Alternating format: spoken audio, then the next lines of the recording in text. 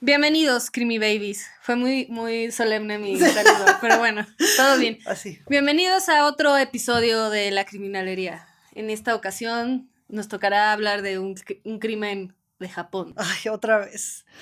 La verdad, yo me lo busqué.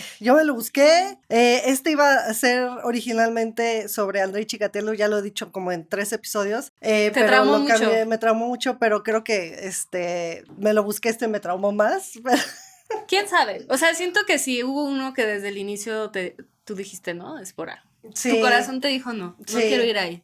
Sí, exacto. Este está interesante, pero bueno, hoy les voy a hablar sobre Issei Sagawa, caníbal japonés. Este caso, de hecho, me lo recomendó un amigo, lo quiero mencionar, un ex compañero de trabajo, Albert, saludos. Esto surgió porque quiero contarles un poco como la historia. Él vivió en Japón muchos años, él estudió allá. Fue como la primera persona que acudí cuando empecé a investigar los casos de Japón, porque siento que hay como un sesgo cultural que no entiendo.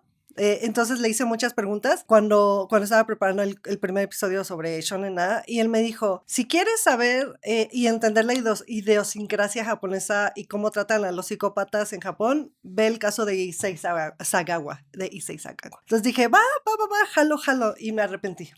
¡Jalo al infierno! Así.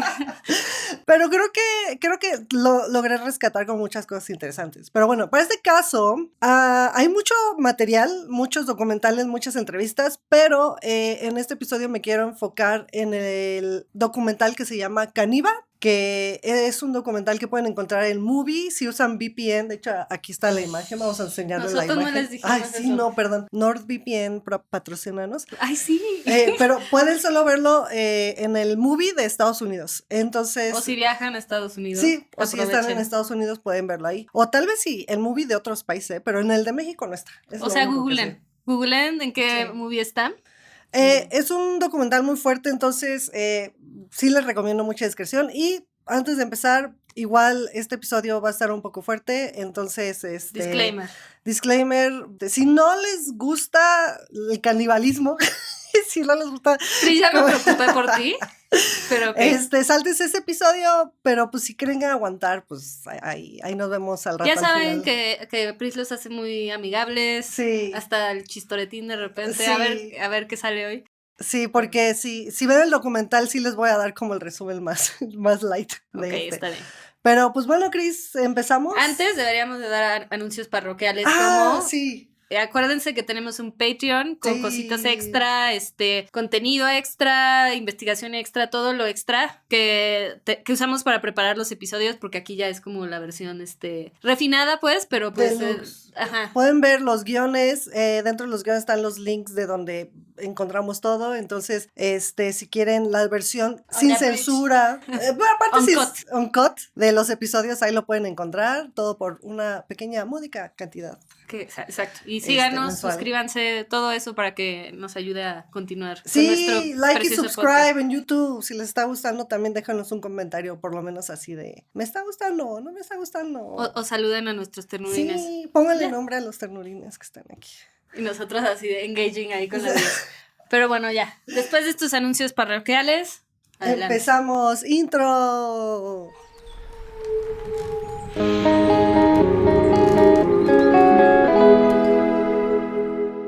Issei Sagawa nació el 26 de abril de 1949 en Kobe. Estaba pensando anoche que porque está como al límite, pero yo digo que es Tauro. Sí, de hecho, una de nuestra camarógrafa de este lado, hola, es Tauro.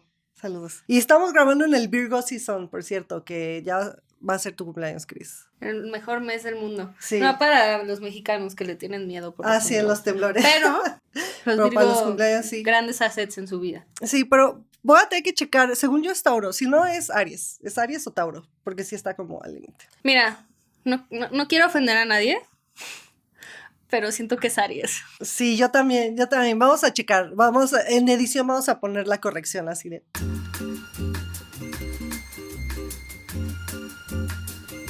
Y bueno, él nació en Kobe y fue un bebé. Él tiene una historia interesante de cómo nació y la cuenta mucho. También, como en el primer episodio, mucho de lo que les voy a decir viene directamente de él. Eso Spoiler está alert. interesante. O sea, Sí. Pris me estaba contando, yo no sé mucho de este caso, la verdad, pero que encontró varios paralelismo, ¿no? Como varias como conexiones ahí en este caso. Sí, sí, con el de Shonen A. Ajá. Entonces, va a estar de trivia eso, de hecho. Está bueno. Hablará de la sociedad japonesa de la época. La verdad es que yo creo que sí, Entonces, él cuenta que nació prematuro, su mamá se cayó sin querer de las escaleras, nadie la empujó, De telenovela, ¿no? Sí, literal, así, fue un accidente y él nació prematuro y creo que fue como 7-mesino. Ok. Entonces, estaba muy, muy chiquito y esto, la verdad, perdónenme, no lo busqué, pero sus papás le pusieron Issei porque creo que Issei significa algo de que el bebé cabía como en sus manos, Ujú. que era tan, tan chiquito. Nació con muchos problemas como de salud, por lo mismo que era prematuro. Fueron varios, ¿no? Pero los más importantes fueron que tuvo problemas intestinales y que era un bebé pues muy enfermizo y con una complexión muy, muy delgada. Y ahorita me voy a burlar de un bebé, perdón, pero les voy a enseñar la foto. Digo, se comía gente, así que... Sí, entonces yo creo Se que lo ganó se un vale. poco. Pero la verdad es que su cabeza está muy grande, extrañamente grande, y a mí me sacó mucho de onda, porque tal vez tenga que ver como con que nació Pues sí, prematuramente. sí, la no verdad. aparte no, o sea, en ese momento no había la tecnología que hay hoy como para un bebé Ah, sí, prematuro, ¿no? O sea, de exactamente. que Sí, los sí, meten sí. ahí a la incubadora Sí, así sí, sí, para que se pueda desarrollar. moderna y así. Entonces ahí empezamos mal porque seguramente hay un traumatismo, o sea, sí hay Cerebral, como sí. un antecedente de problema, no que se pegó con la cabeza, pero sí pudo haber mal desarrollo cerebral, ¿no? Él es el hermano menor de 2. Él tiene un hermano mayor que son casi como gemelos. Él habla mucho de Jun Sagawa, su hermano en el documental, y de hecho su hermano sale. Y Jun se llama igual que la víctima del primer episodio. Otro paralelismo. Otro paralelismo, a mí me sacó de onda, de verdad. Y ambos salen en el documental de Kaniba. No sé cómo se pronuncia, si es Kaniba, pero es Kaniba, ahí está. Tengo una pregunta del documental rápidamente. Dime. Es nada más, bueno, ¿es película? O sea, ¿es como película o serie? No, es película. ¿Y Sí, es un de dónde es la largometraje. película? Lo voy a contar al final, Ok. pero es francesa. Los directores son franceses. Si quieres me voy. Les voy a contar, pero sí, porque también el documental tiene como su propia historia, pero salte. ¿Qué es? Está spoileando, nada, es cierto. Otro dato importante es que el padre de Issei Jun se llamaba Akira Sagawa y ellos eran unos nepo babies de la época, porque su papá tenía un chingo de varo, era el presidente de Kurita Water Industry, que era una compañía japonesa de tratamiento de agua, ¿no? Entonces básicamente la familia es súper, súper pudiente. En el documental, algo que me pareció muy interesante, que no sé cómo describir, solo se los voy a echar así la información como es. Jun y Issei cuentan que su infancia fue increíble, que sus papás los trataron súper bien, que tienen recuerdos muy bonitos de su infancia. Y pues al ser una familia rica, ellos consumían mucha, ¿cómo se dice? Producto gringo. Ok. En particular Disney. Ellos dicen que lo que más recuerdan es como las películas de Disney que veían, que en ese entonces que habrá sido Blancanieves, Cenicienta, no sé. ¿Qué año era? Se me olvidó. 1900, o sea, entre los 50 y 60. Sí, como que la Bella Durmiente y esas cosas. Ajá. Y que también recuerdan mucho, así como que les gustaban mucho los peluches, especialmente Issei, y como que a mí eso me llamó la atención, no sé por qué, por todo lo que pasó también, o sea, porque como, no sé si sea verdad o como que te quieren vender esa idea de que simplemente eran como muy inocentes y no entienden qué le pasó como a Issei, como en el camino, ¿no? Se aburrió.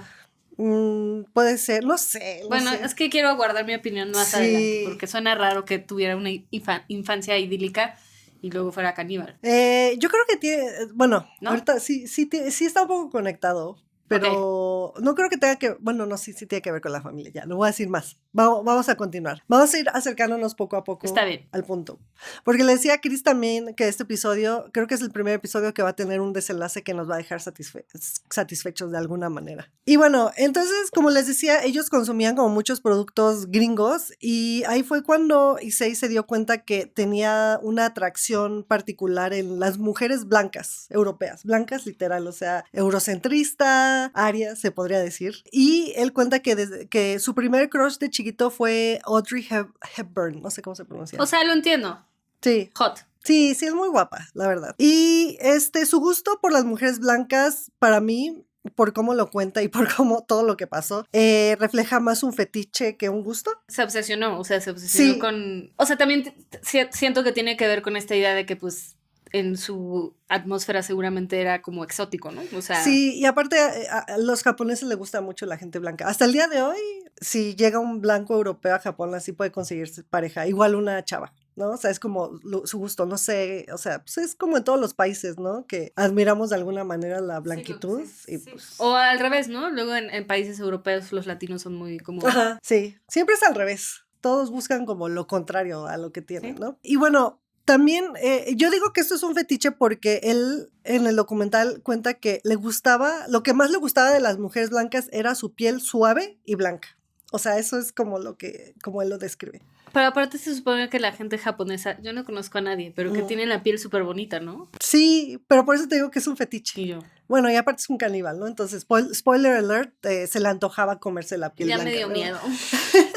No, espérate, ya apenas vamos empezando, ¿eh? Y bueno, y se di cuenta que se dio cuenta de su gusto por el canibalismo desde los 6 años. What? Mucho de esto también lo quiero poner un poco como... Con su grano de sal. Sí, como con dice. su grano de sal, porque es su historia y yo sí noté mucho que como que le gustaba mucho embellecer la historia, pero me recordó mucho también al primer episodio porque él se dio cuenta, no, tuvo desviaciones sexuales desde muy chiquito. Ok. Por ejemplo, él se dio cuenta que del canibalismo porque cuando empezó a ir como a la secundaria también, esto ya es más adelante. O sea, pero perdón que te interrumpa, Ah, pero no, de no los pasa 6 nada. años, ¿qué pasó? O sea, ¿qué pasó? ¿Cómo se dio cuenta? Solo no dice cómo se dio No cuenta. especifica, pero No dice desde especifica, los 6 solo sabe. años. Creo que del canibalismo no, pero cuenta que, bueno, perdonen, voy a decir algo muy asqueroso. Él cuenta que él vivió en una sociedad muy reprimida, sus papás nunca le hablaron de sexo y entonces él no sabía masturbarse y que descubrió que la única forma de que encontrara placer era diciéndole al perro, no, poniendo al perro que le lamiera. Sí, perdón, preguntaste, lo tuve que decir, no lo iba a decir, pero, o sea, me refiero a ese tipo de desviaciones sexuales desde que Me lo era gané. muy chiquito. Y todos, no, Cris, ¿por qué preguntaste? Entonces, cosas así, Okay, ¿sabes? okay. Y en la adolescencia ahí sí cuenta un poco más porque pensé en mencionarlo, no, porque solo aparece una vez, pero dice que cuando entró a la secundaria, lo que más le gustaba era verle las piernas a los niños, a los muslos, que le prendía mucho ver los muslos. ¿Niños, hombres? Sí, hombres, ajá, exacto. Oh. Y que ya después evolucionó a las mujeres, pero siento que al final de cuentas, pues es un caníbal, ¿no? O sea, da igual tu género, cómo te identifiques, lo que Sí, quieren. se veía tiernito. Sí, se veía magro. Se veía como que se lo iba a cocinar así. Qué feo. Y él decía que para él o sea, como conforme fue desarrollando esa curiosidad de consumir carne humana, lo asoció con el sexo. De hecho, Claro. ¿no? Y él dice que lo veía como el máximo acto de intimidad y posesión de alguien, o sea, el comer la carne humana de alguien, ¿no? Pues sí. Y entonces, acá pasan dos cosas, ¿no? Desde muy chiquito Issei quería poseer a las mujeres blancas. Como te digo, sí menciona a los niños, pero como que solo fue en la secundaria y después se graduó a las mujeres, ¿no? O sea, Claro, no sé si se obligó a ser heterosexual o... O iba en una escuela de niños, tal vez. Puede ser también. Y como que era la opción sí, que... no menciono, pero tiene todo el sentido del mundo. Y como te digo, no solo era que les gustara, o sea, lo que él quería era poseerlas, Claro. ¿no? Eso es como el punto más importante de control, ¿no? todo el tema. Y esto tiene mucho que ver, y él lo cuenta, con el complejo de inferioridad que él tenía, porque les vamos a mostrar una imagen de él cuando era adolescente, cuando fue creciendo. Realmente era hasta su edad adulta muy chaparro, muy delgado, muy débil, se cansaba muy rápido, o sea, sí tenía problemas de salud que se podían ver físicamente, entonces él se sentía menos, pero también es algo que noto como en la sociedad japonesa, los hombres como que tienen esa idea muy self-deprecating, no sé cómo se dice en español, perdonen por el Spanglish, pero de es como... tirarse a la mierda un poquito. Sí, de tirarse a la mierda es como lo contrario de un narcisista así de que tienen como esa grandiosidad, ellos se tiran a la mierda y dicen yo sé que soy una mierda. Entonces él encontraba un placer en eso, en poder poseer una mujer blanca, alta, casi como una dummy mommy, así como de que lo domine y se la pueda comer y la pueda consumir porque eso es como lo que le prendía, ¿no? Perdón. Y bueno, en este caso, por eso les conté la historia de mi ex compañero de trabajo, porque cuando vi este caso le escribí, saludos, Y como él le sabe a la psicología y todo eso, me di cuenta que el canibalismo, por lo menos yo tenía una idea errónea de lo que es, y le dije, oye, el canibalismo parece que es como una parafilia, ¿no? Es un fetiche sexual. Le dije, ¿hay algún estudio, algo así? Y me mandó un estudio que les voy a compartir, que les vamos a poner en pantalla, que efectivamente el canibalismo es una parafilia y tiene un nombre y es vorarefilia. Vorarefilia. Dilo 3 veces. No, vorarefilia. No puede. Y bueno, en este estudio que él me mandó, no lo leí todo, pero pues leí el resumen, leí ¿No metiste a ChatGPT? No, ¿puedo hacer eso? Pues dile. Y me lo resume. Pues igual. Ahí lo voy a meter y sí, porque está larguísimo, pero, o sea, leí como la teoría, la introducción y todo eso. Y en este estudio dice que la vorarefilia. Es un deseo erótico por consumir o ser consumido por alguien más. O sea, ¿puede ser al revés? ¿Puede Sí, ser que alguien te coma. Sí, exacto. Este tipo de personas también presentan intereses que es en el BDSM, que es Bondage, Domination, Sadomasochist. Y en los juegos de rol de dominación y sumisión. En este estudio en particular se me hizo interesante porque es de un hombre que tiene esas ideaciones caníbales, pero en los roles sexuales le gusta ser dominado. O sea, él quiere consumir, pero le gusta ser dominado sexualmente como por alguien más. Y me recordó mucho a Issei. Ok, como que esta cuestión de... No sé qué decía al respecto. O sea, a mí me está sonando a que en este caso en particular era alguien que sentía que no tenía control sobre muchas cosas de su vida, sobre todo de la imagen que él y los demás tenían de él, y entonces buscaba como el control de eso que no podía tener bajo su precepto personal. Sí, así. Yo siento que sí, 100%. Gracias, Cris, porque yo no sé, yo no que quedar en shock, pero es como, pues, ¿qué dices? Es como, nunca he conocido un caníbal. Sí, y aparte dicen Ni quiero, gracias, sí, saludos. Dicen que sí hay muy pocos estudios, porque la mayoría son hombres, y hay muy pocos caníbales. O sea... ¿Crees que, a ver, ahí voy yo de abogado del diablo? A ver, ¿Crees que haya pocos caníbales o crees que pocos se han descubierto? Yo creo que pocos se han descubierto. Yo también, la neta. Porque, mira, como en la ciencia las mujeres se nos ha ignorado. Exacto. En las cosas que nos debería interesar, como la medicina y cosas así, siento que la ciencia ha ignorado las cosas malas de los hombres que tienden a hacer como este tipo de parafilias. O sea, mi opinión más controversial es que la violencia masculina, el que lo mueve son las parafilias en general, en los hombres. Pero cero hot take, es real. Bueno, pero es que yo no tengo datos. No tengo datos, pero no tengo dudas tampoco.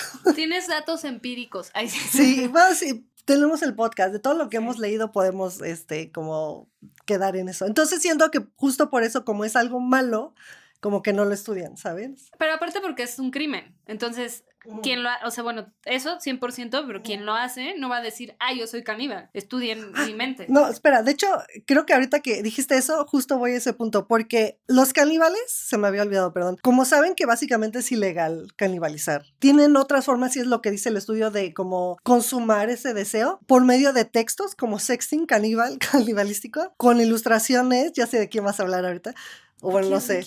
Y también comparten el fetiche y sus deseos con personas en el internet. O sea, se podría decir... ¿Es como el fanfiction de los caníbales? No sé cuál es ese. Fanfiction. Como sí. O sea, como saben que es ilegal. Guatapas de caníbales. Ahorita voy a ir a Guatapad a buscar. ¿Qué cosas existen en el mundo, sabes? Ya nada me sorprende, amigos. Sí, pero te iba a decir que a mí todo esto me recordó, ¿sabes a quién? A Armie Hammer. Sí. O sea, el escándalo más fuerte que él tuvo fue porque, pues, básicamente estaba sexteándole a las mujeres canibalismo. Sí. Y sí, yo creo que...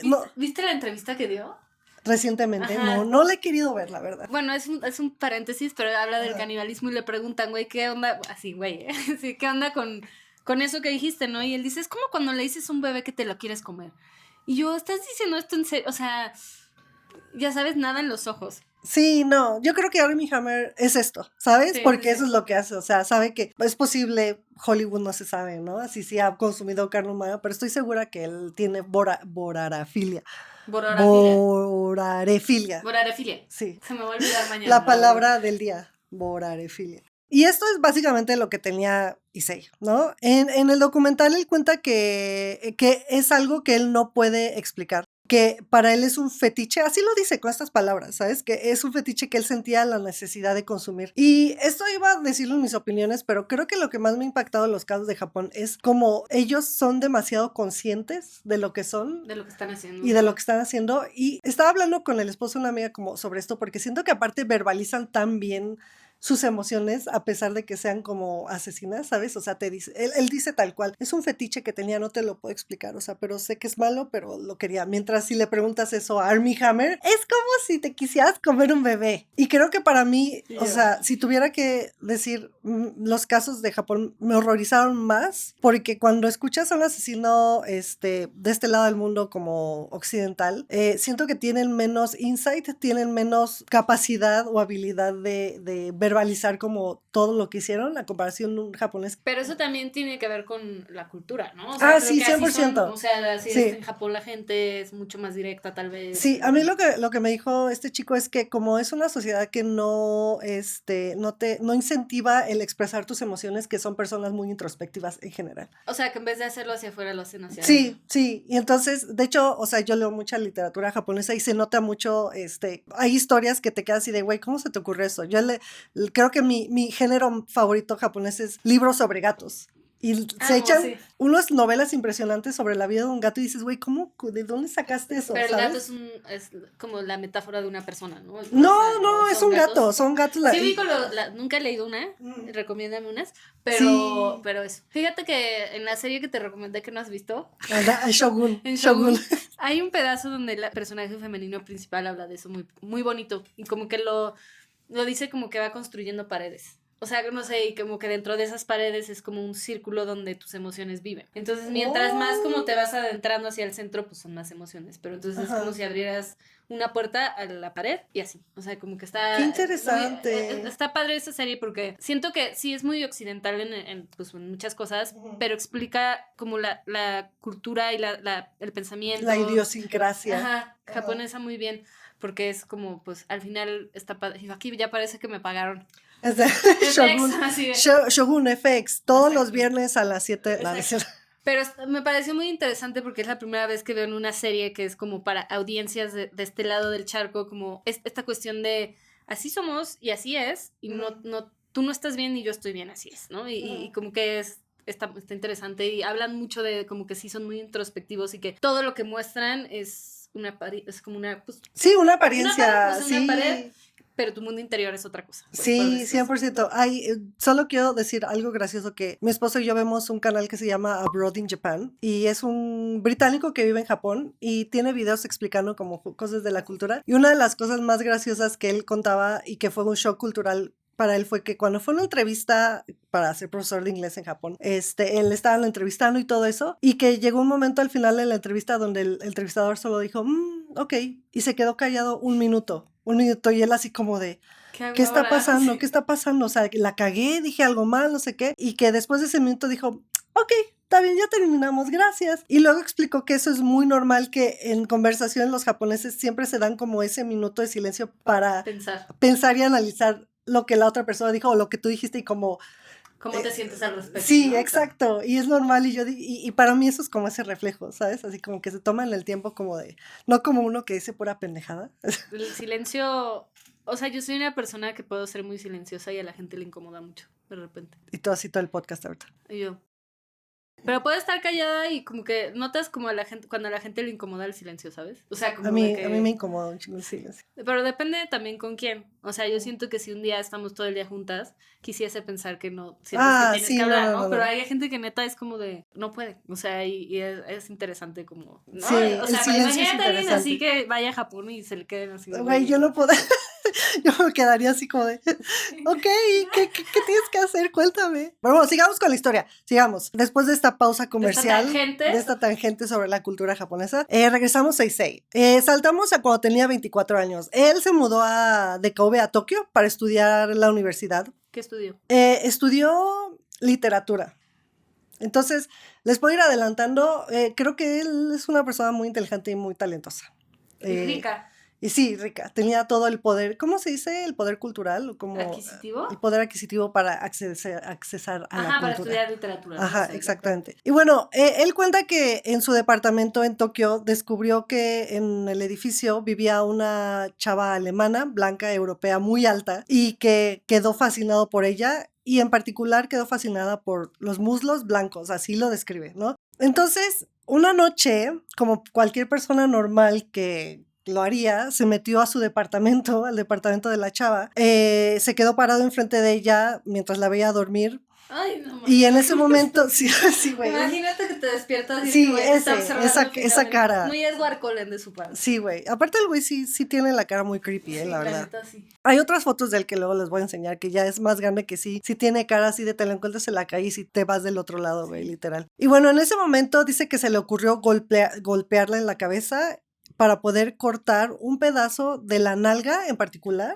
con un cuchillo y cocinarla y poderla comer, ¿no? Entonces, él se dejó llevar por sus pensamientos intrusivos, se subió a la cama, perdón, estoy tratando de hacer todo esto más light.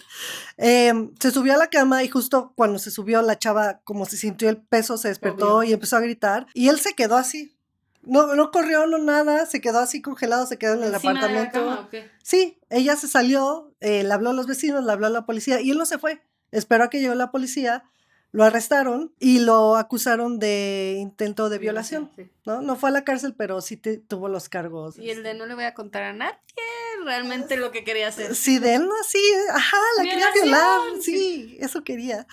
Y bueno, eso fue el primer crimen que él cuenta que llevó a cabo, ¿no? Y bueno, aquí saltamos a 1977, me parece que para este entonces él ya tenía como 32 años y se muda a París para estudiar una maestría de literatura en la Universidad de la Sorbona. Ajá. Sí, güey. sí, bien letrado.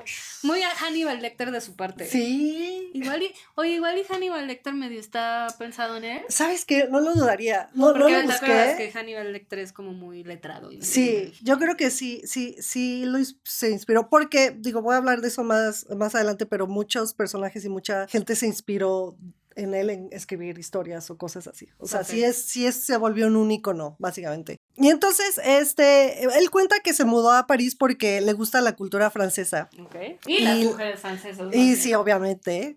Y los autores franceses y que se quería sumergir en la cultura como para entenderlo, ¿no? Pero también una de las razones más fuertes por las que se mudó es que él ya había llegado al punto en el que necesitaba consumir carne humana. O sea, ya no podía fantasear, ya no podía escribirlo, pensarlo, él tenía que hacerlo, ¿no? Entonces, él pensó que mudándose a un país donde nadie lo conocía iba a ser más fácil, ¿no? Y iba a ser una persona anónima y nadie lo iba a encontrar ni descubrir, ¿no? Y entonces, ya que se mudó, de hecho, no puse la dirección de donde vivía, se me olvidó, pero vivía en un barrio mamalón de París, así, pinche departamento grande. La Torre Eiffel, ¿no? Así de sí tenía la Torre Eiffel de fondo, o sea, de su departamento, o sea, sí se mudó. Y entonces lo que empezó a hacer fue, traer prostitutas al departamento. Pobres trabajadores sexuales. Sí, güey, son las primeras víctimas, güey. Sí, pues es que literal les pagas para que vayan. Sí. Y se ponen en situaciones bien vulnerables. Sí, ¿no? Como esta, ¿no? Y pues su idea era matarlas para consumirlas, pero nunca logró consumar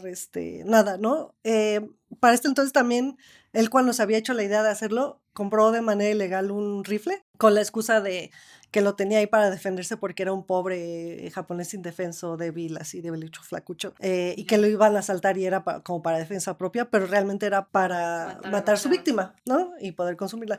Que es la parte interesante también de un caníbal, que a ellos no les interesa como todo el ritual del asesinato, lo que quieren es consumirlo, entonces, de hecho, les da como asquito el tener que matar, ¿sabes? O sea, lo ven más como una necesidad que como un placer. Les da asquito matar, Sí, pero no descuartizar a alguien para... Sí, exacto. ¿no? O sea, es como, qué hipócritas, yo digo. Sí. Y bueno, aquí es donde entra nuestra víctima, René Hartevelt. ¿Es ella? ¿Qué es ella? Está aquí abajo. Sí tiene cara de francesa. No, ella no era ¿No es francesa? No. Mira. Es que todas son blancas. Todas son iguales. Ay, no, perdón. Estamos hablando de la víctima. Sí. Respeto a la víctima. Bueno, René nació el 15 de diciembre de 1956 en Holanda. Okay. Los familiares de René cuentan que ella era una mujer muy inteligente y aventurera. René hablaba varios idiomas y también era apasionada de la literatura. Igual como René era muy apasionada de la literatura, decidió mudarse a París para estudiar literatura francesa en la Universidad de la Sorbona, ¿no? Entonces también de familia rica, o sea, una chica bien. En 1981, Issei conoce a René en una clase de literatura francesa que compartían, ¿no? En este momento Issei cuenta que él se atrajo inmediatamente, o sea, la vio y quedó así de wow, despampanante, pero porque era una mujer europea blanca que medía 1,80, o sea, como le gustaban. Y también él hizo mucho énfasis en que le gustaban las nalgas de René, ¿no? Y esto se va a volver en un tema frecuente, ¿no? Para él, el fetiche está en las nalgas, en los muslos, o sea, las partes más carnosas como del cuerpo humano, ¿no? Y no lo quiero decir, o sea, por faltarle al respeto, las cosas son así, entonces, perdónenme. Pero entonces, Issei, después de verla, fue que decidió que ella iba a ser su víctima, sintió esa necesidad imperante de que ella iba a ser la primera persona que iba a consumir. Ya me puse triste. Yo también. Pobre René. Ella solo quería hacer una nepo baby feliz. Literal. Y aquí pasamos al asesinato. Vamos a hablar de temas muy gráficos, entonces si se quieren adelantar, vamos a poner un marker en el YouTube, así por si se lo quieren saltar, así de aquí empieza el asesinato y aquí termina el asesinato. Y los de Spotify se la pelan. Sí, ni modo, van a tener que ver todo, si no, la saltan así como... Por 2, póngale. Sí. Y bueno, entonces... El 11 de junio de 1981, Issei Sagawa, de 32 años, invitó a René Hartevelt, de 25, a su departamento para que le ayudara con una tarea que se inventó, que no era verdad. Issei le dijo a René que necesitaba ayuda con la traducción de unos poemas japoneses al alemán y que quería hacer como un performance y quería que ella lo hablara en voz alta. Okay. Entonces, la sentó en un escritorio, el escritorio estaba dando como a la pared y ella estaba leyendo en voz alta el texto, ¿no? Y mientras ella estaba haciendo eso, Issei fue a su closet, sacó el rifle, se puso detrás de ella y le disparó.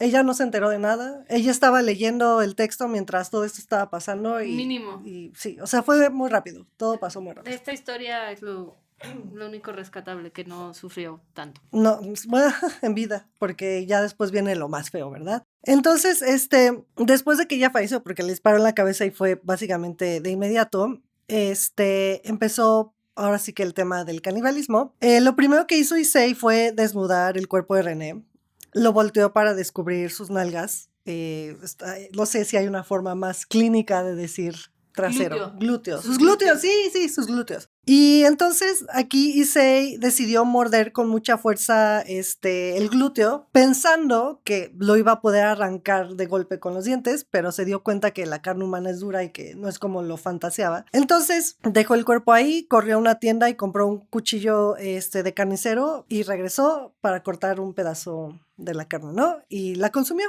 Todo esto que cuenta, él escribió un manga, más bien dibujó un manga y lo escribió, que es que pueden ver ahí la portada. Voy a hablar de él un poco más adelante. Mínimo sí fue certero como luces, ¿sabes? Sí, pero la portada a mí me da asco. O sea, parece de caricatura. O sea, si lo ves en una librería, lo compras y el contenido es increíblemente gráfico. Voy a tratar de ponerles como imágenes porque el valor artístico sí le voy a dar crédito, no en la parte gráfica, sino que es muy buen dibujante y conforme va contando la historia de cómo progresa el consumo de la carne de René, él se empieza a dibujar de una manera más diabólica. Entonces, la verdad, para... Muy consciente de que era un... Sí. O sea, lo que decías, ¿no? Que era muy consciente de sí, entonces, para un psiquiatra, o sea, sí está interesante. Lo ves y lo analizas, ¿no? Y dices, órale. Es como, puedes separar la obra del artista. Literal, así de... Yo no podría, pero... No, yo no lo compraría. Pero bueno, entonces, regresó, hizo eso y él cuenta que como que se volvió loco, ¿no? Se entró como en un estado de euforia. Sí, claro. Porque por fin había logrado lo que, Qué miedo. él había querido. Y entonces, Aparte, o sea, siento que como en pocos casos, la manera en que deshumaniza a sus víctimas... Sí. O sea, porque es como para él, como los medios para un fin, ¿sabes? Sí, Ni siquiera sí. es como, ay, voy a sonar muy raro diciendo esto, pero siento que generalmente los asesinos como que se enfocan en las personas como porque son personas y por eso los matan y no es que tengan empatía ni nada, sino que siento que no se deshumaniza tanto como aquí, que es como es el medio a un fin y punto. Sí, eso no, como... yo si tuviera que decirlo, él no veía una mujer. Sí, Veía un carne, objeto. Sí, Sí, veía algo de su consumo. También por eso decía al principio lo de la posesión, porque para mí es como la máxima expresión de la misoginia y de la violencia machista, o sea, la verdad. Y bueno, o sea, más adelante, después de que hizo eso, básicamente se volvió loco y empezó a consumir varias partes del cuerpo de René, pero que tenían muchas connotaciones sexuales, o sea, sí, no. Se comió sus senos, los labios, los muslos, los pies, y todo esto fue en un transcurso de 3 días. O sea, y en ese entonces nadie estaba buscando a René, parece ser. Nadie estaba como al tanto. Ahí como que está... Sí, o sea, no sé si tenía alguien ahí que la procurara. Aparte era otra época, ¿no? Que no como el internet, que no te contestan y ya te sacas de onda. Pero es como cuando te vas de intercambio y pues como que te desconectas un poco es el chiste, ¿no? Sí. O sea, a mí no me parecería raro que alguien se va de viaje a Europa y no me contestan 2 días. Sí, exacto. O sea, es como... Bueno, sí, tienes toda la razón. Ay, no sé, es que yo me preocupo. Yo también me preocupo, pero tampoco me extrañaría si te vas a Europa y te escribo y no me contestas en 2 días. ¿Me explico? O sea... Sí, te contesto en un día y ya estás, ya mataron a Priscila. Ya después de algo este le pasó. Ya no sé. Entonces, sí. por favor, contéstame en las siguientes este momento. 5 horas. Sí. Y bueno, aparte de todo esto, Issei le tomó una foto al cuerpo mutilado de René. No quería mencionar esta parte, pero siento que es una parte importante de la historia. Y también le tomó fotos a varias partes del cuerpo que él, o sea, que separó y que guardó en su refrigerador. Ay.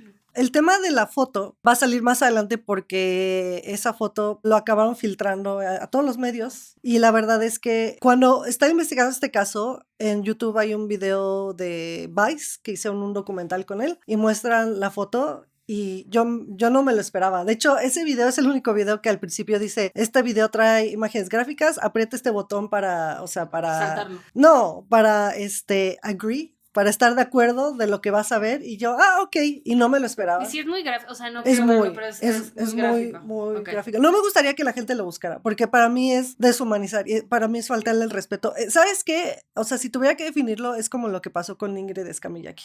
Es muy parecido a eso. Entonces, después de estos 3 días, todo esto pasó en el verano en Europa y estaba haciendo mucho calor, entonces, Issei se dio cuenta que el cuerpo de René se estaba descomponiendo y estaba, oliendo mal y decidió, pues, seccionar todo eso, guardar todo eso y el resto del cuerpo lo puso en una maleta y dijo, sí, que es esta maleta que está aquí, lo vamos a poner censurado en las imágenes del video. Pero no se ve nada, o sea, entiendo que lo que es, pero... Ahí está su piecito.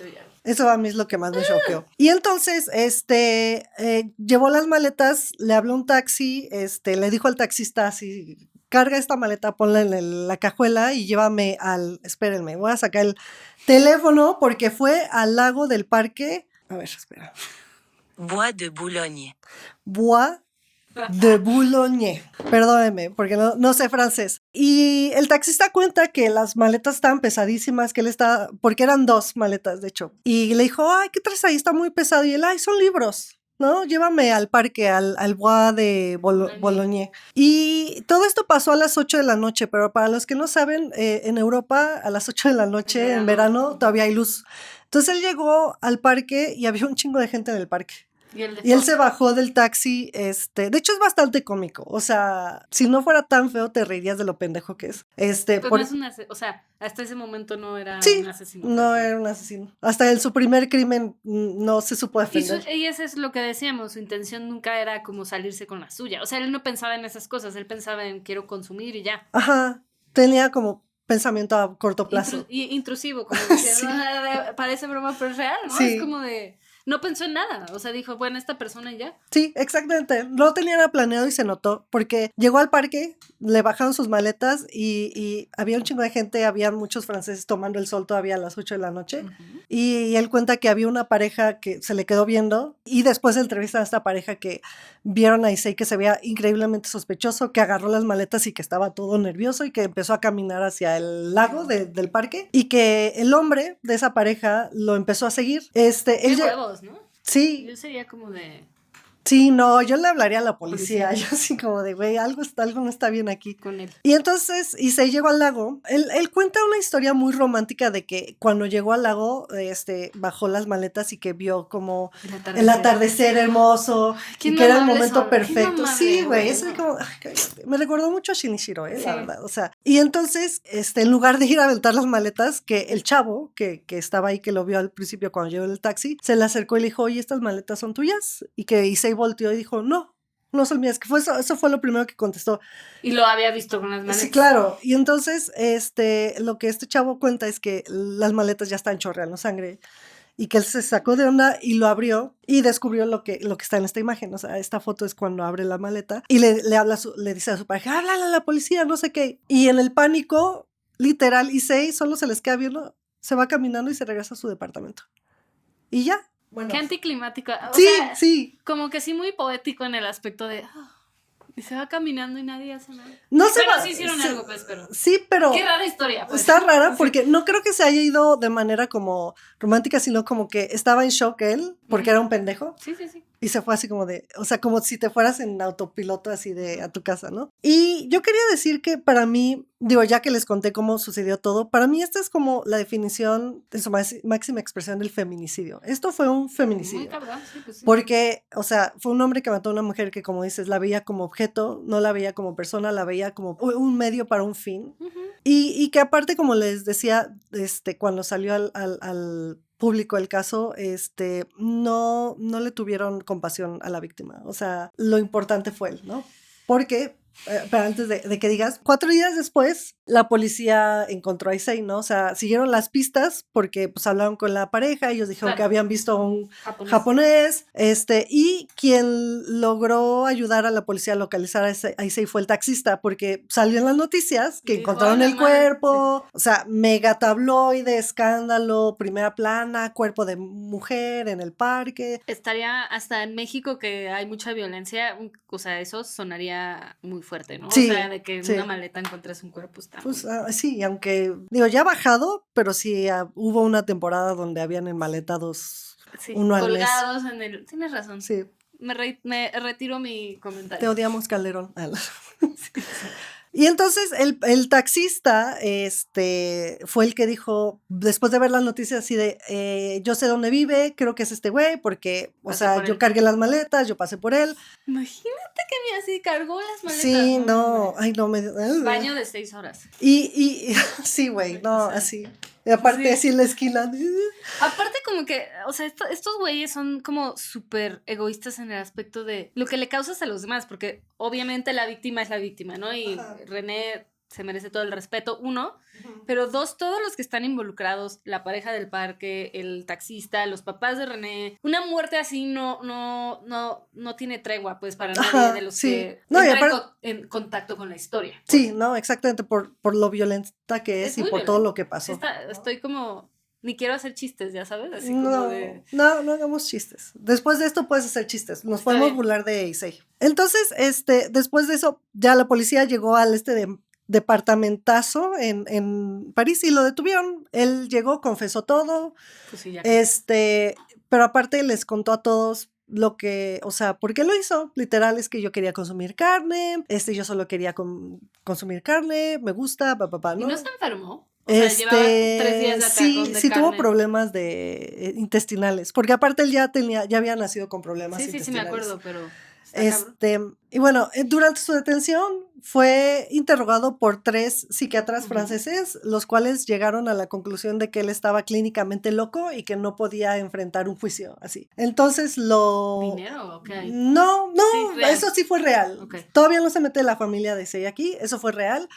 Y lo metieron a un psiquiátrico. Y ahí estuvo, ¿no? Estuvo más o menos 3 años en el psiquiátrico y durante esos 3 años el papá de Issei, Akira Sagawa, que ya habíamos dicho que era un ricachón poderoso, contrató a los abogados más mamalones de Francia y empezó a pelear la extradición de su hijo, porque él decía y él argumentaba que su hijo era un ciudadano japonés y que si lo habían declarado clínicamente loco, que se atendía en Japón, ¿no? Porque era su derecho como ciudadano, todo eso, y aparte pues el dinero, ¿no? Y entonces aquí... Y el honor. Sí, bueno, no, fíjate que, o sea, este caso me llama mucho la atención porque normalmente, desheredarían al hijo, así como por todo lo que hizo, pero acá la familia Lo quería mucho. cerró filas y no, vamos a apoyar o sea, su papá, su mamá, su Híjole, hermano. juzgo, pero no. O sea, es como de. Pero, No sé qué haría yo en esa situación, pues. no, yo los dejo ahí, güey, que se pudren en el pinche ¿Sí? psiquiátrico. ¿Tu hijito? Claro, bueno, no sé, no tengo hijos, ¿verdad? Y no creo Es tener. que, mira, o sea, uno piensa que actuaría de una manera, pero cuando pasan las cosas, no sabes cómo actuarías. Aunque yo siento que yo lo abriría, la neta. Yo también, porque aparte digo, siendo dos mujeres que tenemos un podcast de crimen, Sí. me daría cuenta muy temprano de que mi hijo es un psicópata y no sé qué haría, eso sí, cuando me diera cuenta. Lo llevas al psicólogo desde niño Ay, y al psiquiatra. sí, Pues ya, o sea, está ahí, no es que lo vas a dejar en la calle y aventado, pues no. sí. Una cosa es llevarlo y otra cosa es que ponga de su parte también, porque luego Pero no, es lo no que va a puedes hacer. Sí. Ya que hablando así Y de. güey, ya con tu de hijo. nuestros hijos hipotéticos que nunca vamos a tener, güey. Y Siracha. Así Sriracha es nuestra gatita. Vamos a poner una foto aquí en medio de Sriracha. Y bueno, para no hacerles la historia larga, Issei Sagawa acabó siendo extraditado a Japón después de 3 años en el psiquiátrico. Pero sí les quiero contar que no fue, o sea, no hay una respuesta muy simple de cómo se logró eso, porque hubo muchísimas cosas como... Legales. No, más bien como muchas partes peleando en ese tema, ¿no? Primero estaba el papá, como les digo, con la pelea legal, él fue el que más empujó a la extradición, todo eso. Luego, número 2, estaba el hartazgo del gobierno francés de que los medios estaban hable y hable del caso porque los estaban haciendo ver mal como gobierno, ¿sabes? Claro. Y la filtración de las fotos de René Está fue muy terrible. criticado, fue terrible, una irresponsabilidad por parte de los medios, asqueroso. Y el cuarto punto es que la sociedad francesa, como muy franceses que son, se empezaron a quejar de que ellos no querían pagar con sus impuestos el alojamiento psiquiátrico de Issei. Entonces dijeron, güey, ya estamos hasta la madre de este güey, lárgate a tu país, no queremos nada que nada ver contigo, contigo. güey. Muy francés de su parte. Oye, ¿y Yolanda no se metió? No, o sea, sí metieron, la familia de René peleó contra la extradición y justo Ok. cuando pasó la criticaron, pero pues al final, o sea, te digo, fueron muchas partes, que al final les valió madres la víctima, ¿sabes? Es como... Sí, se volvió en una batalla legal y mediática, más Ajá, que ajá, en exactamente. una lucha por justicia para ella, Sí, ¿no? sí, y aparte digo, no quiero, no es excusa, pero también siento que este caso es un producto de sus tiempos, porque esto fue en 1981. Claro, claro. O sea, eran otros tiempos, Y ¿no? tu abuelita diría. Sí, entonces así fue como en 1984 Issei Sagawa fue extraditado a Japón con la promesa legal y entre el papá, entre los abogados y el gobierno francés de que iba a ser internado en un psiquiátrico en Japón. Algo me dice que eso no pasó. Tu cara, tal vez. Adivinaste, porque eso no pasó. Pasó por 2 años, pero al llegar a Japón lo internaron y ahí los psiquiatras japoneses lo valoraron, que ya después del primer episodio entendemos, y por eso mi amigo Albert me dijo que este caso es muy emblemático y explica cómo se tratan a los psicópatas Fue como de en allá. Japón, porque lo valoraron y a él solo le dijeron que tenía un desorden de la personalidad y pues que él podía vivir su vida y que no tenía que estar internado. Estaba internado en Francia porque estaba clínicamente loco y aquí es como casi decir, solo sufres de depresión, tómate estas pastillitas y ya vete a vivir tu vida. Y así fue como después de 2 años, en 1986, Issei Sagawa quedó libre. O sea, pasó en total 5 años internado en Sí, psiquiátricos. sí, Ok. entre Francia y Japón. Que debió de estar en la cárcel. Ajá, Sí, me preguntas a mí. exactamente. Que eso también, obviamente la familia de René fue lo que criticó. Es como de, güey, ¿por qué el güey no está en la cárcel? Pero pues también ese tema legal de que no puedes enjuiciar a alguien que es clínicamente loco porque eso no entienden qué es lo que está pasando. Ok, ponte tú que te compras eso, no lo sacas. Sí. Igual, o sea, da igual, o sea, bueno, no da igual, pues entiendo que hay gente que no es capaz de entender, ¿no? Pero yo no creo que era el caso de él, ¿eh? Ni yo. Él pero sabía perfectamente lo que estaba haciendo. Abogado del diablo. Ok, no entiende. ¿Por qué lo sacas? Sí. Ay, no, ya me voy. Patriarcado. Yo digo que es patriarcado. Y dinero. Sí, y así, 100% y no. Porque sí era muy influyente. La familia Sagawa en Japón era... A ver, para sacar a alguien Un así Coppel. de un país europeo que cometió un crimen tan atroz, tan fuerte, tan mediático, tan bla, bla, bla, Algo ahí Sí. está. Mucho dinero. Y bueno, entonces les digo, quedó libre y sin cumplir algún castigo. Y si creían que esta historia termina ahí, no termina ahí, porque hay muchas cosas, Nunca pasan muchas termina cosas ahí. después. Sí, no, nunca termina ahí. Entonces, Issei regresó a Japón y regresó a Japón como una celebridad. Porque Nuestra mientras él sociedad está enferma, Pris. Sí. ¿Cómo que como una? Sí. Ya me enojé otra vez. Sí. Y todo esto pasó porque durante su estadía en el psiquiátrico, Issei fue visitado por un escritor japonés que se llama Inuhiko Yomota. En esta visita, Issei le mostró a Yomota que había escrito como unas ¿Un memorias, manifiesto? ¿no? ¿Como un manifiesto? No, memorias, así como de su vida, su infancia, como Shinichiro. Y a Yomota le encantó eso, entonces dijo, ay, a ver, me lo llevo, ¿no? Se lo llevó a Japón, ajá, y publicó el libro, pero lo publicó bajo su nombre, sí, se lo robó. Karma. Sí, ¿no?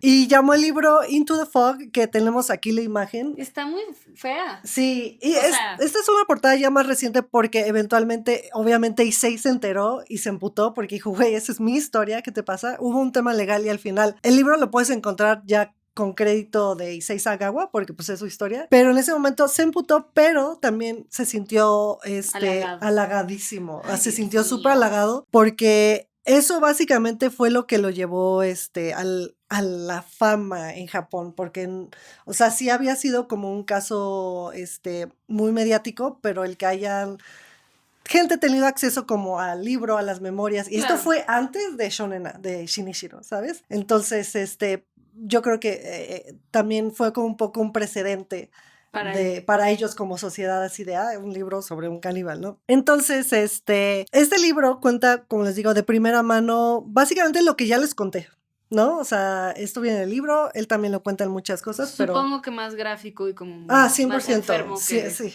obviamente. que con tu bella que procesado por tu bella mente, ¿sabes? Sí, yo siempre les traigo las historias light, para que puedan ver y disfrutar sin que se traumaticen como yo. Y dormir Sí, en las dormir. noches. Sí, yo creo que y el de Shonen A sí me causaron pesadillas. Así, Sí, sí, pues sí. sin pedos lo puedo decir. Y entonces, bueno, este libro se volvió muy popular, mientras él estaba en París, ya cuando regresó fue como de Issei está de vuelta y se volvió en una celebridad en el círculo. Estaba tratando de pensar cuál sería el equivalente en México. Ya sé cuál. O sea, dices que seguro en un círculo de intelectuales y así. Ajá, como... Son los escritores, escucha bien, A ver, que se dime, juntan dime. todos los sábados o los fines de semana en el Salón Covadonga. Sí, algo así. Yo estaba pensando en un Fadanelli, ¿sabes? Ajá. Algo así como, perdónenme. O sea, en un círculo así. Sí. Que... Se volvió súper popular y como que todos querían colaborar con él. Porque aparte, digo, como les decía, le voy a dar su crédito artístico a Issei porque él escribía, pero él también ilustraba, pintaba. Claro. Era alguien muy talentoso, artísticamente. Y ¿sabes qué? Me llama mucho la atención porque siento que muchos psicópatas tienen esa capacidad. ¿Creativa desarrollada? Sí, yo creo que sí. Porque no tienen vergüenza, ¿sabes? Ah, sí. Y entonces es como de, aunque sea una mierda, lo voy a hacer. No tienen síndrome del impostor como todas las personas normales. Deberíamos ser psicópatas. Así el podcast sería mejor. No. O ve a terapia. Sí, no está bien, no quiero comer carne humana. No, Cris, no te quiero comer. No. Y bueno, entre las cosas que hizo, para empezar, fue el manga, que ya hablé de ellos, ahí está la portada. Les voy a platicar un poco más del manga. El manga cuenta la historia es como la versión gráfica del libro, ¿sabes? Cuenta desde su infancia, desde... Muy japonés de su parte. Sí, desde el primer momento que se dio cuenta que quería comer carne humana, el asesinato, toda esa parte del asesinato es muy gráfica, muy gráfica, a mí me traumatizó y eso en el documental de Cannibal lo pasan porque hacen al hermano ojear el manga, entonces si tienen la curiosidad, digo, de todas maneras van a ver el documental, ¿verdad? Ahí sale, ¿no? Ok. Y nada más les quería contar esta portada porque obviamente está en japonés, pero puse el Google Translate y el nombre arriba dice manga Sagawa-san y abajo hay muchos textos, ¿no? Así como dije, ¿qué dice ahí? Ese texto dice, llévate una de las únicas 1000 copias del libro más vendido y prohibido en Japón, porque el manga fue prohibido como el de Shonen. Que sí. Y dice, ten la oportunidad de leer la historia de Sagawa-san. Y al final dice el texto, y recuerda siempre tener cuidado con lo que comes, de lo que comes. Y yo cuando vi esa traducción me quedé así de... ¿Sabes cómo es? Es como la versión manga de un snuff film. Ajá, sí es. Qué horror. Sí. Y bueno, aparte de hacer el manga, te digo, escribió cosas, pero también se volvió en un actor. Y lo que más hacía, que eso fue lo que más me asqueó, hacía películas pornos y películas eróticas. Y ahorita voy a ahondar un poco en eso porque se me olvidó mencionar también que escribió un libro después del caso de Shinichiro, de Shonen A, cuando fue capturado en el 97. Shinichiro. Y antes de que Shinichiro escribiera su propio libro, Sagawa escribió un libro llamado Shonen A, Mi carta a Seito Sakakibara. Y en el libro él cuenta cómo se sentía cuando tenía 14 años, como tratando de enseñarle a la gente, explicarle cómo es un psicópata, tratando de explicarle a la gente qué le pasaba en la cabeza a Shinichiro, a Shonen A. Y yo aquí quedé en shock, chica, porque, o sea, yo no sabía esto. Y como dice, se conectaron los dos casos y yo así, déjenme en paz. Y ese libro no lo leí, pero me llamó mucho la atención porque... Por eso, ¿no? O sea, así como de, nadie te lo pidió, pero ahí vas y en vez de como My Brilliant Friend, como esta serie ya sabes, my Psychopath Friend, así. My Psychopath Friend. Yo te entiendo, a los 14 sí, yo también quería matar, pero me esperé a los 32. Pero él se esperó porque siento que su circunstancia le permitía sacar esa necesidad en otras cosas, ¿sabes? Sí, el dinero, el viajar, según el mil cosas que él tenía, que Shonen A o Shinichiro no tenían. Sí, exacto, él tenía ese capital que para poder distraerlo, ¿no? Ahora sí que con dinero va a ir el perro, chica. Sí. Ya, denle dinero a los psicópatas para que... No es cierto. Para que hagan otras cosas en lugar de matar. Y bueno, el tema de las películas porno y eróticas me sacó mucho de onda porque creo que... Sí, no, o sea, por lo que pasó, pero porque todo esto... las películas eran dirigidas por hombres, escritas por hombres, y para mí es, repito, la máxima expresión del pacto patriarcal. Claro. Porque cuando estaba viendo el documental estaba diciendo a mi esposo así de, es que me imagino, como dices, este círculo que van al cobadón así de, los vatos diciendo, no, Issei, es que te entiendo, yo también tengo como urgencias sexuales raras porque son acosadores sexuales, porque son enfermos sexuales. Sí. Entonces yo entiendo. No te juzgo. Sí, no te juzgo, entiendo. O sea, sé que lo que hiciste está mal, pero te entiendo, hermano.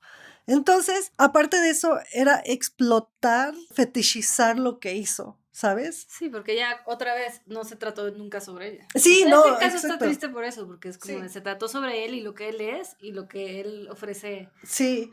Y también de jugar como, a mí se me hizo muy enfermizo jugar como con lo que hizo, porque en una de las películas porno, y esa la pueden ver en el documental, y fue lo que más me traumatizó, antes del acto sexual, volteaban a la actriz y hacían que Issei le mordiera las nalgas, como por 5 minutos. Entonces, ¿sabes qué están, o sea, de qué están hablando? ¿Sabes qué están insinuando? Y a mí me dio mucho asco, porque es eso, o sea, son hombres, alabando a hombres, entendiendo a hombres, que ellos, a mí me preocupa mucho también qué cosas hayan hecho esos hombres que trabajaron con Issei y que... Para que alguien haga eso y lo justifique de alguna manera, es que también en su mente no están bien. Sí, exactamente. Y... de hecho, hay un director con el que trabajó mucho, hizo muchas películas eróticas, que es un personaje importante de esta historia que se llama Hato Hisayasu. ¿Sale Hisayasu. Aquí? No, no, de hecho, iba a poner la portada de una de las películas, pero ya no cabía, ya era mucho. Hizo tantas cosas después que no quería como... Sí, como que su Internet Movie Database está nutrido. Sí, exacto, o sea, ya. Ya, eso lo vamos a poner, la foto del director y de las películas que hizo en edición, entonces no lo necesitamos aquí, ¿verdad? Y una de las cosas más perturbadoras que hizo, y que esta es la razón por la que mi ex compañero de trabajo me recomendó este caso, es que Issei tuvo una racha de películas porno, ¿sabes? Él hacía porno, le encantaba. Él decía que se tuvo que ver en la necesidad de hacer cosas vulgares para hacer dinero, lo cual es una mentira porque él tenía sí, o sea, se lo inventó como para justificar las mamadas que estaba haciendo. Entonces, literal, una de las películas que él dirigió con no sé quién, porque no encontré el crédito, él escribió la historia, contrató a una actriz porno que se llama Yuri Satonaka, Ajá. de 21 años. Él ya tenía como 35, casi 40. Esto que les voy a contar lo pueden ver en el documental de Vice que les decía. La idea que tenía Sagawa y que llevó a cabo fue que iba a tener relaciones sexuales con esta actriz, lo iban a grabar, y que al final, literal, casi después de coger, bañarse y todo eso, la iba a sentar en su sala, lo cual lo hizo, la sentó en su sala y le empezó a contar todo lo que le hizo a René. Le dijo, oye, nada más te quiero decir que soy un caníbal, maté a esta chica en Qué crueldad, París, o sea, como... güey. Y ese era todo su plan. Él quería verla cómo reaccionaba. Y pues, ese video está en ese documental de Vice. Y yo estaba encabronada porque la chava queda en shock, queda catatónica. Ella estaba así de, se pone a llorar. O sea. No me hubiera ido corriendo. No, pero igual güey. te sientes en riesgo.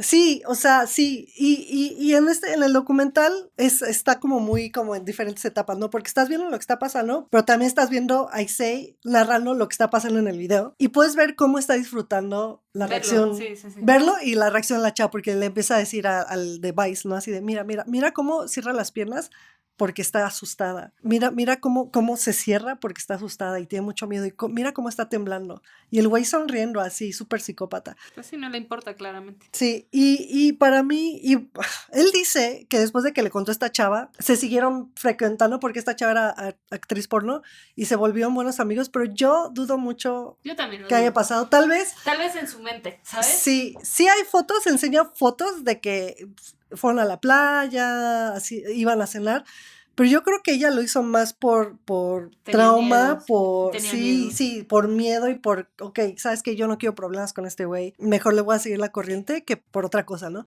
Y ese es un poco el punto, que los psicópatas disfrutan muchísimo reviviendo lo que hicieron. Sí. O sea, que aman hablarlo, aman traumatizar a la gente porque eso es como una forma de violencia para ellos. Claro. Y lo disfrutan. Y eso es lo que hizo Issei Sagawa todo el tiempo. Durante toda su vida después de... Es también por lo que guardan como tokens y cosas así, ¿no? O sea, como es como recordar el momento. Sí. Y bueno, hizo 1000 películas más, pero llegó un punto al principio de los 2000 donde los papás de Issei murieron back to back. O sea, no encontré muchos detalles, pero murieron casi con semanas de separación. Y eso le pegó muchísimo a Issei. Sí. Y eso fue lo único que lo sacó del ojo público. Porque después de que fallecieron sus papás, dijo, ¿sabes qué? Ya estoy hasta la madre, me voy a... Se retrajo de la sociedad. Toda su herencia. Su herencia. Se fue a vivir con su hermano y también a eso se le juntaron muchas cosas porque sí recibió, a pesar de que era alabado por ese círculo de artistas hombres, sí recibió muchas críticas y dice que le pegó mucho, que le dolía que la sociedad no lo aceptara.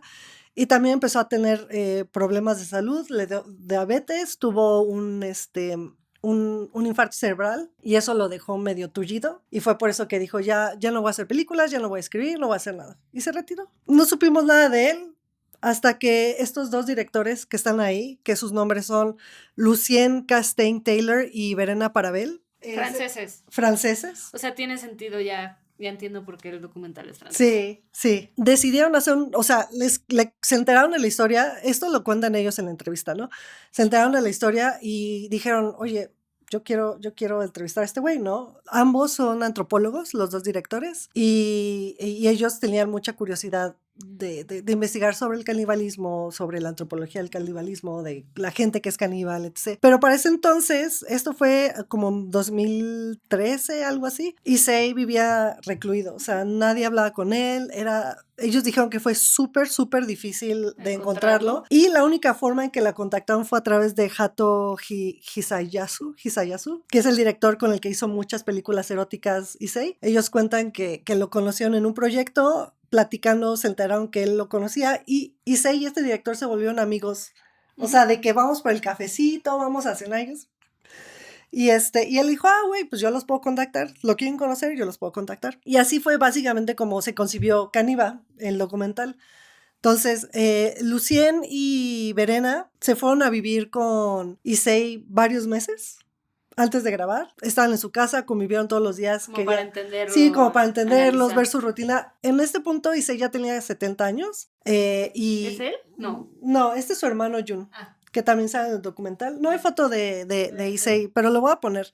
Y él había sufrido mucho por sus enfermedades. En el documental Qué bueno. él ya está así, no se puede mover solo, no puede comer solo, está casi en silla de ruedas todo el tiempo, no puede hablar mucho y está al cuidado de su hermano Jun. Me gustaría hablar un poco del documental porque es un documental super artsy.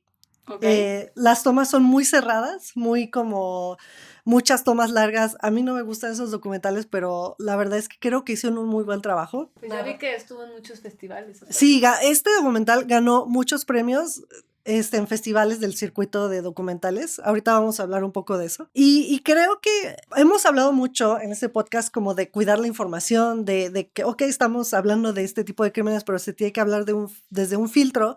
Y yo creo que este documental es un gran trabajo de transmitir quién es Issei, qué es lo que hizo, a través de un filtro no morboso y responsable. Yo sí les tengo que dar crédito a los directores. Y te tengo una pregunta. Dime. ¿Lo sientes objetivo? O sea, ¿si sientes que es como un retrato objetivo o es como un poco justificándolo o es un poco humanizándolo o es un poco condenándolo? No, yo creo que hay un balance muy interesante.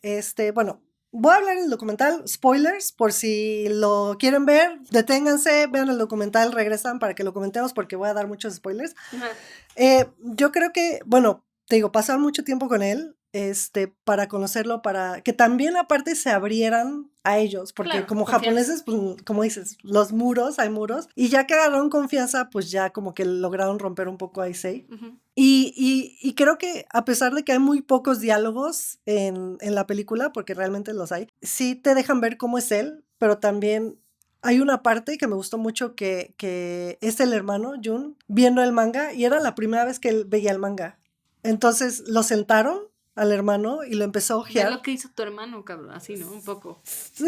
Creo que no, porque más bien el documental también se trata como de su relación como hermanos. Ok. Porque como también ellos quieren entender cómo es que una persona tan normal como Jun tenía un hermano como Issei. Y ellos cuentan que crecieron juntos, eran muy unidos, crecieron como gemelos. Entonces Jun estaba viendo el manga y no puedes ver su cara, estás viendo solo las páginas y lo escuchas al hermano decir, ¿qué es esto? ¿Por qué hiciste esto? Y Issei la decía, no sé, como que nada más mi mano empezó a hacer eso, ¿no? Y Jun así de, no, es que esto es horrible, esto no debió haberse publicado. Eso me da mucho asco. O sea, ¿qué te pasa? ¿Por qué hiciste eso? Y dice, no puedo seguir viendo esto. No lo puedo seguir, me da mucho asco. Pero aparte también, yo lo digo enojada, pero él como que se reía, era una risa muy incómoda. Como de hermano, no sé. esta Sí, como cuestión de, o sea, pendejeándose al hermano un poco. no, más bien como de, estoy muy incómodo, pero no, estoy siendo muy, muy buena onda. No quiero que te enojes porque estoy poniendo mis límites, ¿no? Y esa escena en particular a mí me gustó mucho porque es muy poderosa, ¿sabes? Es como que confronta a Issei con su hermano Claro. y escuchas el asco real de su hermano. Y de las pocas personas que Issei quería. Ajá, ¿no? exactamente. O sea, como y respetaba y... Ajá. Pero, este documental tiene un plot twist gigantesco. ¿Tipo de Jinx? Sí. Ah, ok. Sí. A ver. Entonces, les voy a describir, por eso les decía que es spoiler del documental, pero les voy a describir la escena. Después de que Jun le ojea el manga. Son sexuales. Sí, Le ojea el manga. De repente vemos la toma en un cuarto, que aparte esta película las tomas son mucho close-up, es como el estilo de los directores, ¿sabes? Sí. Entonces no, es muy difícil Ver los cuartos. de discernir qué es lo que está pasando, Tengo una duda. Dime. ¿El documental es grabado en casa de ellos? Sí, Ok. sí, todo es O sea, en la entendí casa que de se ellos. fueron a vivir, pero ya luego no. Sí, Solo perdón, sí. Todo lo grabaron en la casa Ok. de ellos dos. Los grabaron conviviendo, los grabaron platicando. Tú sigue. Cosas así. Entonces, de repente ves un par de guantes y ves a alguien que está manejando ¿cómo se dice? Ay, se me olvidó cómo ¿Tractor? se dice. No, un alambre de púas. Y yo lo estaba viendo y así, ¿qué está pasando? Y esta persona de repente se empieza a amarrar en el alambre de púas. Y yo estaba así así pasaron como unos 5 minutos y yo, ¿qué está pasando? Y de repente voltea la cámara y es Jun, el hermano de Issei. Y empieza a decir, ay, me encanta hacer esto. Al rato voy a tener que cambiarme los calzones porque ya me mojé. Y yo, ¡oh! Y entonces, después de eso, vemos a Jun acostado en su cama y se está cortando y clavándose cuchillos en el brazo y de repente voltea y se empieza a A la succionar la sangre y dice, ay, me gusta mucho hacer esto. Y después le enseña a los directores un video de cómo se está flagelando, pero de una manera así horrible. Creo que se pone, o sea, el video solo ve su brazo con un alambre de púas y se prende un encendedor y se está quemando el brazo y empieza a contar de que es algo que siempre ha hecho, que le gusta, que le prende sexualmente, que... O sea, como BDSM llevado al extremo, ¿no? Sí, Auto propio. Sí, no sabemos si alguien más, perdón, si... Lolita Ayala. Ya se fue. No sabemos si lo ha llevado a cabo con alguien más, pero él se lo hace solo. Sí. Y en el documental ponen cara a cara a Jun y a Issei, y Jun le empieza a contar esto a Issei, porque parece ser que Issei, por lo menos como lo muestra en el documental, no sabía nada de eso. Y esa escena es terrorífica porque de repente así, pues Issei ya también está como todo así, como todo momio, así porque no se puede mover. Y Jun le empieza a decir así de, sí hago eso, yo sé que es nada a lo que tú has hecho, pero yo también disfruto hacer esto. Y Sei nada se empieza a sonreír. Súper creepy, súper diabólico. Y Jun le empieza a decir, pero ¿qué piensas al respecto? Y no le contesta, solo sonríe y le empieza a hacer así como de... Te entiendo, bro. Sí, y es un momento del documental así que te quedas, ¿sabes? Como de... Como que acaba todo de embonar, ¿no? Sí, o sea, sí, todo acaba embonando. Esta historia acaba, tienes razón, sí me satisfizo. Sí, o sea, siento que es el único caso que tenemos un final y por eso digo que el trabajo de los directores es increíble porque te dan como un cierre y bueno, ¿cuál es el cierre? Que hay que ver más hacia adentro porque siento que vemos a los asesinos como solo personas, como un ente, pero, o sea... Yo estoy segura que su familia, o sea, Jun tenía otro nivel de sadismo que no tenía Issei, que seguramente, yo siento que el de Issei empeoró por el tema cerebral, porque nació antes, pero estoy segura que el papá de Issei ha de haber hecho algo parecido, o era un sádico, no que lo llevara a cabo con la mamá, pero una vida secreta, ¿sabes? Es producto de su entorno, son producto de su entorno, ¿no? Yo creo que es más genético. Yo voy a atreverme a decir que es genético, ¿sabes? Y este caso, regreso a lo mismo, me recordó mucho al documental de House of Hammer, que habla de la familia de Armie Hammer y de Armie Hammer, y es igual, el bisabuelo de Armie Hammer era un abusador violador, todos. El abuelo, el papá y Armie Hammer. Armie Hammer fue violado creo que por su abuelo o algo así, y se volvió en un violentador, ¿sabes? Sí, es el círculo de violencia, entonces, se perpetúa. Sí, entonces creo que, digo... Para cerrar el caso, creo que me pareció muy interesante ese cierre. Voy a guardar mis opiniones para opinión, pero tengo muchas. Sí, pero bueno, entonces el documental, de hecho cierra con eso, me parece. Perdónenme, les spoileé, pero vayan a verlo. Pero es muy bueno. Es importante para la historia, entonces ni modo. Si están aquí es para escuchar la historia. Sí, ¿sabes? Exacto. Y bueno, para cerrar... Al final, Issei Sagawa finalmente falleció de neumonía el 24 de noviembre del 2022. Hace 2 años. No manches. En un hospital en Tokio. Y él así murió, vivió feliz, hizo lo que quiso. Tuvo todo el dinero del mundo. Sí. Y así termina nuestra historia sobre Issei Sagawa, el caníbal japonés. Madres. Opiniones, Cris. ¿Qué opinas? ¿Qué quieres opinar? O sea, ya opiné mucho sobre la marcha, pero pues creo que de lo que se puede opinar es del final, más que nada. Y estábamos platicando aquí entre cortes. Ay, sí, entre cortes. No. Ay, espérate, ya sé que no tengo que pegarle a la mesa, pero... Entre cortes platicábamos que tenía mucho sentido varias de las cosas que sucedieron, como que hablamos de que la sociedad japonesa es cerrada y como que el honor es muy importante y como mantener como saving face, ¿no? Un poco. Y que tiene mucho sentido que cuando esto sucediera su familia cerrara como filas y lo apoyara porque, como platicaba Pris antes de... Deberíamos de cambiarle el nombre a esta sección a piensos. Piensos.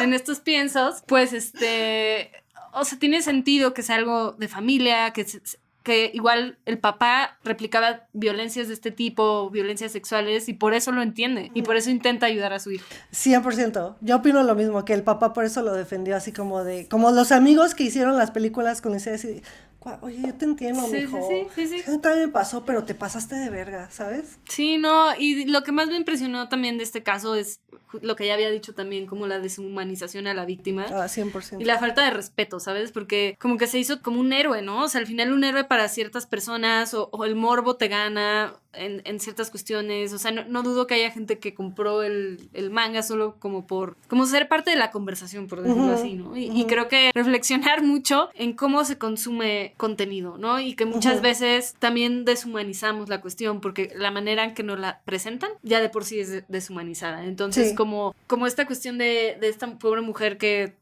su cuerpo, pues todo el mundo lo vio, ¿no? O sea, vio esa foto y lo vio en mil maneras y Sí. y ya se convirtió en una cuestión de este loco que vive en Japón y ahora es famoso y es como una cuasi celebridad, es casi como una ídola ahí, ¿no?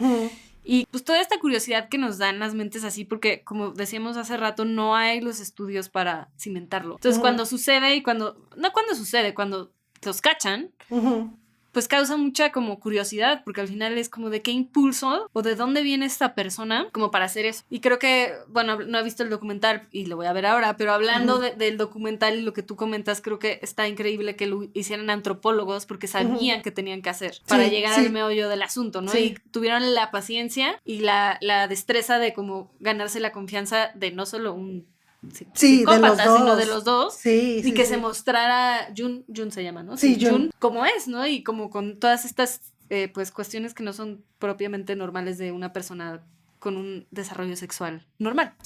Sí. Fíjate que, bueno, sobre el documental no lo comenté, pero si te metes a las críticas, tiene una calificación baja, ¿no? Tiene muchos premios porque dentro del circuito, o sea, yo que disfruto mucho los documentales, aprecio... Pero de todo tipo, además. Ajá, Pris de todo no solo tipo. ve documentales de true crime, ve de todo. Le encantan los documentales. Y los críticos que son como de cine normal, se podría decir, decían que la película no era necesaria, que una que recuerdo mucho, que creo que fue de Roger Everett, cuando todavía estaba vivo, porque este documental es del 2017. Pero Roger Everett, aquí un dato, ahora es un medio. Entonces, aunque no sea él escribiendo, tiene gente que escribe. Entonces, no sabía. Entonces, el medio, ¿no? Decía, no, es que esta película solo se hizo para que se discutiera en los circuitos de documentales. Pues sí. O sea, perdón si no lo entendiste, pero igual aquí, ¿sabes? Lo estamos comentando porque siento que es un documental que lo aborda de manera responsable y que sí, que abre una conversación de cómo, o sea, de cómo se tiene que hablar, de qué se tiene que buscar, de que no sé, ¿cómo se dice? No se glorifica. Y te dan una respuesta, ¿sabes? Se humaniza más, no se glorifica. Se humaniza en el aspecto de, no viene de la nada, ¿no? Como dices, no es un ente flotando ahí que es caníbal. Viene de un contexto que claramente hay una enfermedad ahí o siento que es como lo que decíamos de que es un círculo de violencia que se perpetúa y que si no se trabaja, pues es un tramo histórico que vas pasando, ¿no? Sí, y ¿sabes qué es lo padre? Que creo que ninguno de los dos tuvieron hijos. Justo te iba a preguntar si tenían familia. No, creo que no tuvieron hijos. Ahí terminaron con el... Sí, ahí terminó. Especialmente Issei, no, pero Jun, tengo que buscarlo, pero yo creo que no. Pues no, si no en el documental lo hubieran mencionado. Muy responsable de su parte, terminarlo ahí, la maldición pues sí, ahí, ¿sabes? Y como que la otra cosa es como de... Qué fuerte que como que el dinero y el poder te compre como... O sea, es satisfactorio en cuanto a entendemos de dónde viene y por qué es, pero sí es insatisfactorio en el aspecto de decir, está muy fuerte que alguien tan obviamente hizo algo tan horrible y vivió su vida como si... O sea, literal, su periodo de como encierro ni siquiera fue la cárcel, ni siquiera fue... No hubo una consecuencia, estaban tratando de curar la mente, ¿no? Por decirlo así. Sí. Ni siquiera fue un castigo, pues. Sí, no, fue como... Él estaba en su batita, psiquiátrico, platicando con los otros. Con sus chochos, así, sí, ¿no? güey, así de todo cool. Y me parece fuerte que, o sea, el capitalismo y una sociedad capitalista, alguien tan enfermo tiene tanto poder. Sí. O sea, eso me saca. Yo creo que no hubiera sido la misma historia si no era alguien con dinero, ¿sabes? Sí. Yo quería compartir algo que me quedó muy grabada justo cuando estaba discutiendo sobre este caso con mi ex compañero de trabajo, que él, sí. Cada vez que lo mencionemos. Él me está diciendo que, o sea, estaba comparando a Shonen A y a Issei Sagawa. Y algo que me costó mucho trabajo de entender, pero lo voy a aventar para ver si alguien más lo entiende y lo podemos discutir. Me dijo, Issei Sagawa se volvió famoso por lo que hizo y la gente lo hizo famoso por lo que hizo, mientras que Shonen A la gente le cagó que él se hizo famoso solo escribiendo el libro. Y no porque haya tenido tanto impacto como Issei Sagawa lo que hizo. Pero es que ahí también es una responsabilidad social. Porque quien hizo famoso a el caníbal es la sociedad. ¿Cómo evito decir los nombres para no cagarlo? No, pero está bien. fue como la sociedad, porque al final fue como tanto el morbo que lo hicieron una rockstar. Y Sí. el otro güey, pues, se hizo una rockstar, él creyó Sí, que era dijo, una yo rockstar. quiero ser Exacto. como ellos, y fue como la película de Mean Girls, de Don't Stop Trying to Make Fetch Happen, Exacto, ¿sabes? pero, Así ajá, como de... ajá. Pero creo que es eso, y hay una gran responsabilidad por parte de la sociedad japonesa de haberlo hecho famoso, de haberlo cobijado cierto estrato, a pesar de que haya habido críticas, pero se volvió un ícono, porque aparte no nada más sí fue eso, o sea, hay una banda que creo que hizo una canción sobre él. Que eso es normal, ¿no? O sea, bueno, depende cómo sea la canción, pero sí, luego... Otro sobre René, pero, o como dices, o sea, que posiblemente Hannibal Lecter fue inspirado por eso, o sea, siento que, no sé, a mí ya me emputa mucho que sea como todo tan simplista y tan como, ay, güey, es que está muy cabrón lo que hizo, o sea, sí, pero no es Era como un para... pendejo, o sí, sea... era un pendejo y no es como para volverlo en un dios, en un ícono y en algo que... Esta banda que les digo, en la portada de su disco tiene esa foto, de hecho. Ay, no. Entonces, Ya como, no, ya. sí. O sea, porque luego hay bandas que utilizan referencias, ¿no? Sí, no, pero así, ellos lo pusieron. bueno. Entonces, pues bueno. Bueno. O sea, espero que hayamos podido transmitir un poco, darle un poco al foco de cómo es Y, no, la y la sociedad. verdadera víctima que fue ella, no olvidar que pues también, ¿no? Lo que decíamos hace rato de que pues pobre de su familia, pobre de la gente que encontró la Sí, maneta, o sea, sí, no sí. sé, como que justo lo simplifican a algo tan, como que tan superficial que no lo es, ¿no? Y al final habla de muchas cosas, habla de cómo se idoliza tal vez en la sociedad japonesa, cómo, o sea, el poder, muchas cosas que... El dinero, el cómo se... El sucio dinero. La misoginia también contra la víctima porque se revictimizó publicando sus fotos, haciéndose a un lado, no respetando como lo que pasó ella, porque aparte fue brutal lo que le hizo, Sí, ¿sabes? sí, O sea, sí, fue sí. muy feo. Sí, fue como, sí, igual ella no se dio cuenta, pero pues su familia sí, y la gente sí, o sea, Sí. la gente que la quería sí. Pues. Y al final, este episodio... Deprímanse con nosotros. Sí, pero también este episodio es como el oso, siempre. El oso no va a tomar fotos de mí cuando me coma la cara. Ya, ¿qué prefieres? Ajá, y sí, las ya, va a ok. publicar y va a hacer un manga o va a escribir un Sí, manga sí, al no, respecto donde me va a revictimizar una y otra Sí, otra vez, sin parar, ¿sabes? Porque creo que es eso también, la revictimizó, no nada de los meses, pero Issei la revictimizó una y otra Contándole y otra y otra. Ajá. a la trabajadora sexual Sí. de 21 años, lo que le hizo eso también es revictimizarla al final. Sí, por eso tenemos que dejar de darles, así, no hagamos episodios de ellos, ya jamás, nada. Así de. No, pero creo que, o sea, siempre hemos platicado mucho de eso y es como de cuál es la intención aquí. Ujú. O sea, para mí, yo he aprendido mucho, ¿no? Y he aprendido mucho a identificar ciertas cosas en la gente, tal vez, en las situaciones. O sea, de verdad es Qué bien como que- paranoicas las dos. así de, el psicópata. Adrián Marcelo es un psicópata, Sí, no, sí, velo, él sí, 100%. un narcisista. Pero, o sea, como que eso, ¿no? Aprender qué consumes, cómo lo haces, en qué enfoque le das. O sea, no es el que hables de los casos, ¿no? Es el enfoque que le das. Idolizar a gente así Ujú. es enfermo. Y ya si estamos aquí, sabemos que tenemos una responsabilidad Ajá, social para con las con el víctimas. público, con las víctimas, de tratar de dar las cosas con los datos más Certeros certeros posibles. posibles, ¿sabes? Y sin sensacionalismo. Por eso no somos tan populares, porque no somos morbosas. Pero bueno, Pero tenemos ternurines. sí. Pero bueno, Cris, muchas gracias. Muchas gracias, Pris. Buenas noches. No sé, no creo que se vea, pero... Muchas gracias. Bueno, déjenos sus comentarios. ¿Qué opinan? ¿Qué les pareció el caso? ¿Se traumatizaron como nosotras? ¿Van a poder dormir? De hecho, son las 10 de la noche aquí, terminando de grabar a las 10 de la noche. Vamos a tener pesadillas seguramente. Recuerden, like, follow, subscribe, Patreon, todo. Corazones. Saludos a todos y pues nos vemos en el próximo episodio. Está bueno el siguiente, ¿eh? ¿Sí? ¿Nos puedes decir de qué va? Pues sí, o sea, y yo, pues sí. Pues sí, de una vez. Es como un tema más político porque se trata de las abducciones que hicieron los norcoreanos a ciudadanos japoneses y de otras partes de Asia, de esa región de Asia durante los 70 más o menos. Bueno, Muy interesante. nos vemos en el próximo Yo así de- episodio. Muy bien. Ponte un trajecito, todo profesional el próximo Ajá, episodio. exacto, así con mi corbatín. Bueno, pues muchas gracias a todos. Nos vemos en el próximo Bye. episodio. Bye.